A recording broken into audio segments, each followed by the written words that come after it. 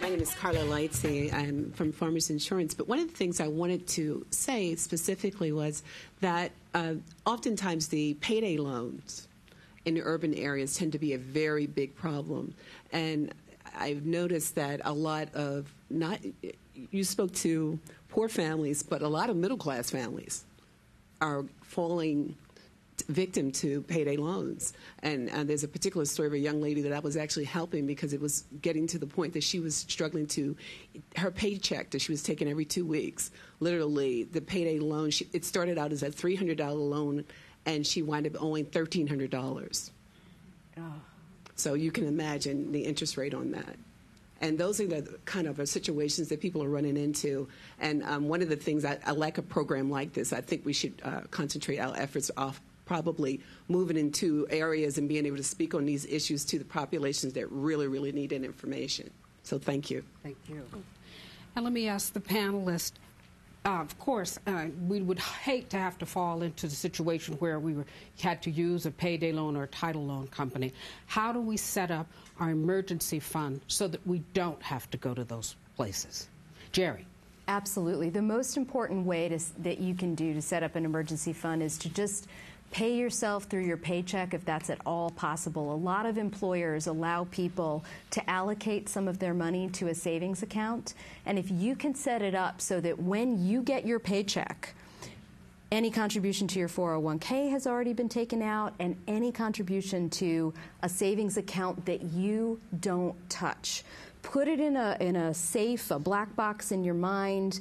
You know, think of it as putting your credit cards on ice, as it were. But that's the best way that you can put aside some money for the future. And if you don't have those mechanisms at work, take $20 a week, and put that aside. Because $20 a week will lead you on the path to having close to $1,000 in the next month. In the next year. And so if you start that today, this time next year, you'll have $1,000 set aside. And even if it's in a cookie jar somewhere in your house, as opposed to in a financial institution, you've got that money set aside. And we have some tips on saveandinvest.org. We have an action plan that helps people learn different ways to set up an emergency fund. Yeah, this is another one of those one-size-doesn't-fit-all scenarios, I think. I think if you have a regular income that you can kind of count on, that might suggest that you could have maybe a lower amount of emergency fund money, because at least you know you're going to have a regular paycheck. But if you have irregular income, then I think you need more money. Because you never really know how big that paycheck is going to be the next time you get one. So, yeah, it's tough to save money, isn't it? It really is. I was telling them at the break, I did a session for college seniors. And we were talking about, are there some things in your life that you could cut back on a little bit and maybe take that money aside for saving? And there was a college senior in the back of the room, and he raised his hand and he said, well, you know, I spend about $60 a week at Starbucks. Well, that's $240 a month. That's almost $3,000 a year.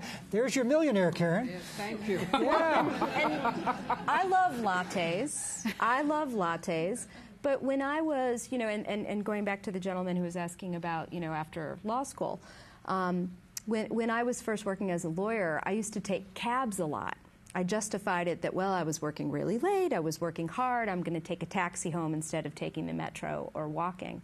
And I realized, because I used one of those financial management software programs, I realized that I was spending a lot of cash on taxis.